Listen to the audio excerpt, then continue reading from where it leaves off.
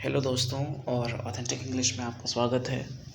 आज मैं James Joyce की फेमस नावल यूलिसिस के ऊपर बात करूँगा। So Ulysses is an extremely important work, especially from the modernist literature point of view.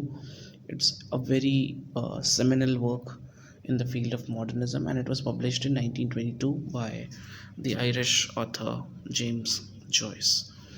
Now, there are a few things that one can keep in mind, but ये जो video है ये basically summary के ऊपर है। एक brief summary मैंने देने की कोशिश करी है और थोड़े बहुत फैक्ट्स हैं इसमें जो मैंने लिखे हैं। बाकी ये एक समरी के ऊपर वीडियो है। बेसिकली थोड़ा बहुत मैंने जेम्स जॉयस के बारे में भी बताया है। तो let's begin the video. So it's set in Dublin. एक ही दिन में ये पूरी नावल जो है ख़त्म हो जाती है, सिर्फ एक दिन के ऊपर फोकस्ड है। And that's part of literary modernism की it's a highly experimental book in this sense.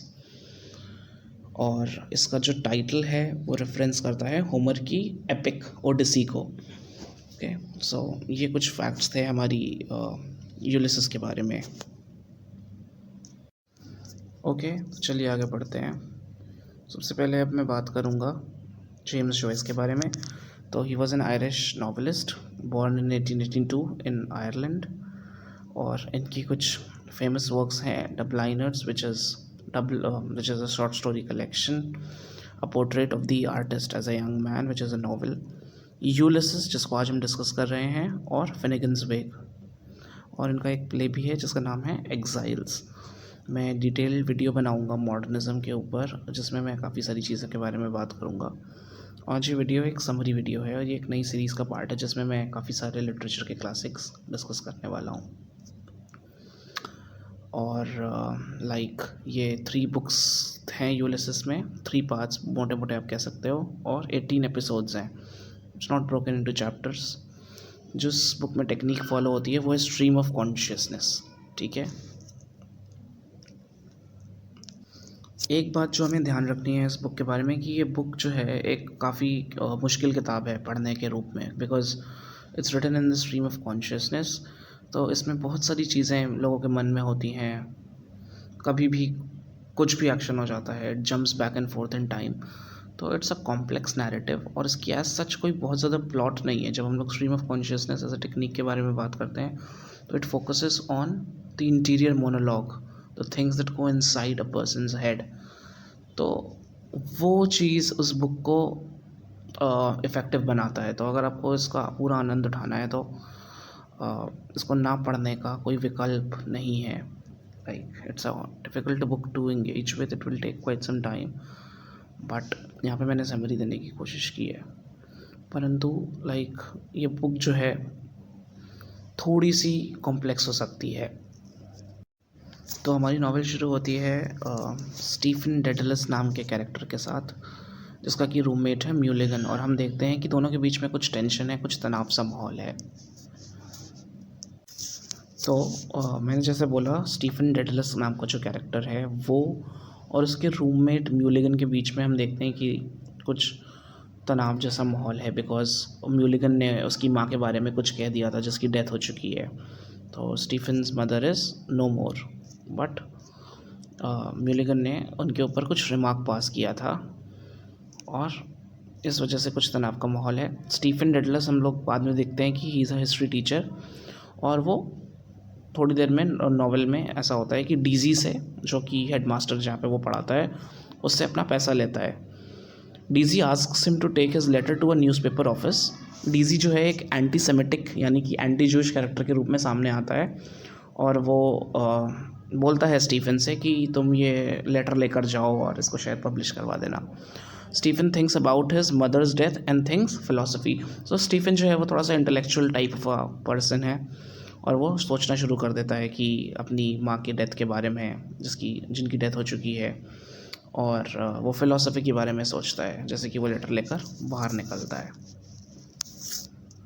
तो इसके बाद क्या होता है कि हम देखते हैं कि हम पार्ट 2 में आ जाते हैं और हम लोग इंट्रोड्यूस होते हैं नए कैरेक्टर से, जिसका नाम है लियोपोल्ड ब्लूम। तो जैसा कि नाम से ही पता चल रहा है, ये एक जूइश वर्कर है और ये एडवर्टाइजमेंट एजेंसी में काम करता है। हम लोग देखते हैं कि इनकी वाइफ है, उनका नाम है मॉली, और ये मॉली के लिए कुछ लेटर्स और ब्रेकफास्ट बना करके लेकर आते हैं बेड पर उनके लिए।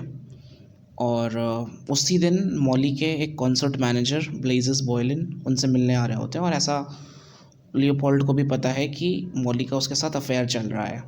तो इस बात से वो कहीं ना कहीं परेशान रहता है कि मेरी वाइफ जो है वो एक उसके कॉन्सर्ट मैनेजर के को पसंद करती है कहीं ना कहीं। बॉयलन का भी लेटर आया होता है उन मेल्स में जो उसके लिए लेकर आता है, और उसमें वो लिखता है कि मैं उस दिन उससे शाम को मिलेगा, यानी कि मॉली से बॉयलन मिलने वाला है उस दिन।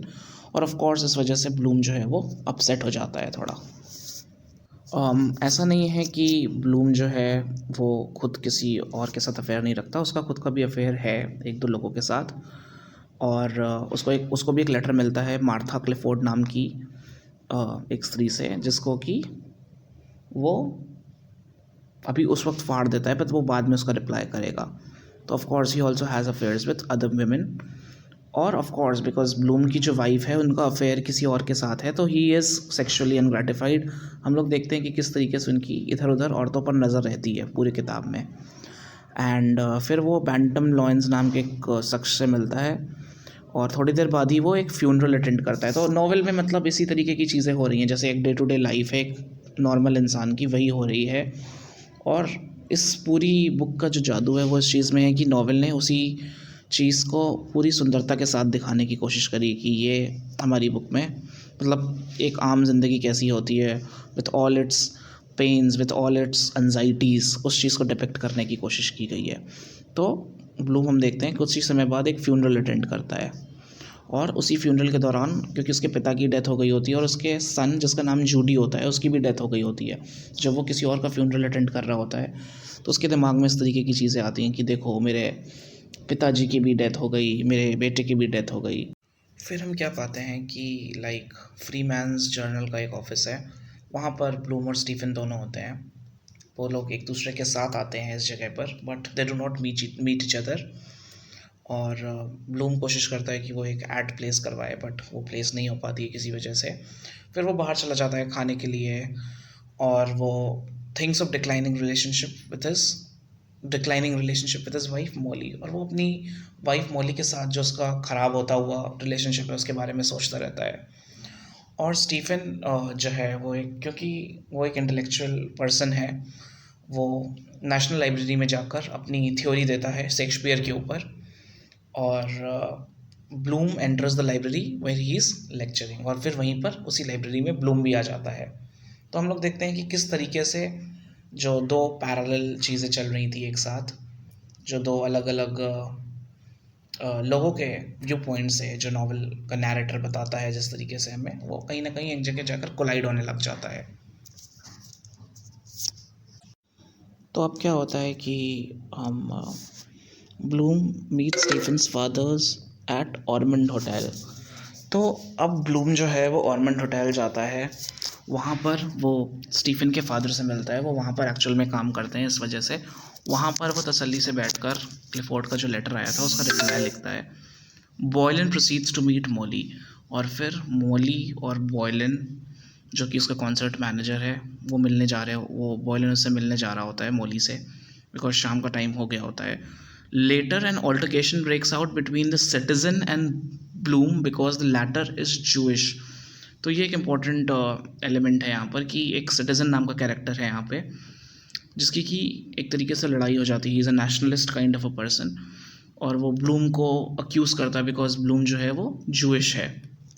तो उन दोनों के बीच में एक आर्ग्यूमेंट टाइप की हो जाती है, एक लड़ाई सी हो जाती है। Bloom ogles at girls, especially Gertie, who later turns out to be disabled and masturbates. तो ये भी एक इम्पॉर्टेंट पार्ट है नावल का, जहाँ पर क्योंकि ब्लूम जो है वो सेक्सुअली डिससेटिस्फाइड है, उसकी जो वाइफ है वो उसको फेथफुल नहीं मानता है, तो वो हर लड़की के ऊपर अपनी नज़र रखता है कहीं ना कहीं। तो वो मैकडॉवल नाम की पहले एक लड़की होती है, और फिर बाकी जो उसके साथ जो बाकी लड़कियां होती हैं उनको देखकर वो मैस्टरबेट करता है, और अल्टीमेटली पता चलता है कि गर्टी जो है वो विकलांग है, वो उसका एक पैर जो है वो एक पैर से लेम है। और फिर वो हॉस्पिटल को विज़िट करता है जहाँ पे मीना प्योरफाई जो है वो जन्म दे रही है। स्टीफन भी उसी हॉस्पिटल में आता है। फिर क्या होता है कि स्टीफन एंड हिज फ्रेंड्स उस हॉस्पिटल से निकलने के बाद decide to visit a red light area, और ब्लूम भी उनको फिर अकम्पनी कर लेता है। तो because these are young man, like Stephen of course is a younger person than Bloom, तो इस तरीके के सेक्सुअल एक्सप्लॉइट्स जो हैं वो काफ़ी कॉमन है। और ब्लूम भी जो है वो भी सेक्सुअली डिससेटिस्फाइड है अपनी लाइफ से, तो वो भी वहाँ पर जाता है। Bloom has sexual hallucinations, even Stephen has hallucinations about his dead mother, क्योंकि उसकी माँ की डेथ हो गई है। Stephen gets into a fight at the brothel and later Bloom tends to him as the former reminds him of his dead son Rudy। तो उसी brothel में लड़ाई हो जाती है स्टीफन की वहाँ के गार्ड के साथ, और उसके बाद क्या है कि लाइक ब्लूम जो है वो उसके साथ जाता है, फिर उसके लिए वो कॉफ़ी बनाता है ब्लूम स्टीफन के लिए। वो हम लोग फाइनली मिलते हैं, बातचीत करते हैं बेसिकली। तो अभी तक जिनकी लाइफ पैरेलल चल रही थी वो यहाँ जाके इंटरसेक्ट कर जाती हैं, और ब्लूम जो है कहीं ना कहीं स्टीफन में अपना जो उसका मरा हुआ बेटा है रूडी उसको देखता है। और एक और इम्पॉर्टेंट बात है, क्योंकि ये नावल जो है पैरेलल है होमर की ओडिसी का, तो what we have to keep in mind is कि जो ब्लूम है वो कहीं ना कहीं ओडिसियस का कैरेक्टर रिप्रेजेंट करता है, जो कि काफ़ी समय तक घर नहीं लौटा था। और स्टीफन जो है उसका बेटा टेलेमैकस जो था उसका कैरेक्टर कहीं ना कहीं रिप्रेजेंट करता है। लास्ट में क्या होता है, so what happens in the end में लाइक व्हाट हैपेंस इज कि Stephen and Bloom finally meet and talk.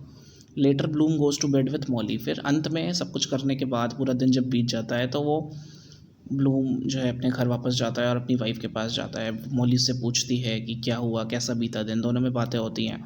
फिर वहाँ पे कैटेचिज्म का एपिसोड है, मतलब उसी एपिसोड में एक कैटेचिज्म आता है जहाँ पे 309 मैथमेटिकली फ्रेम्ड क्वेश्चंस जो हैं वो एक दूसरे से पूछे जाते हैं। क्योंकि ये नावल जो है वो बहुत ज़्यादा डाइग्रेसिव है और ऑथर ने इसको काफ़ी ज़्यादा क्रिएटिवली लिखा है। कहीं पर लीगल जार्गन यूज़ हुआ है, कहीं पर फिलॉसफी की बातें हुई हैं, तो that is why this kind of a novel can not be easily summarised. Giving a plot line of a novel like Ulysses is only half the thing.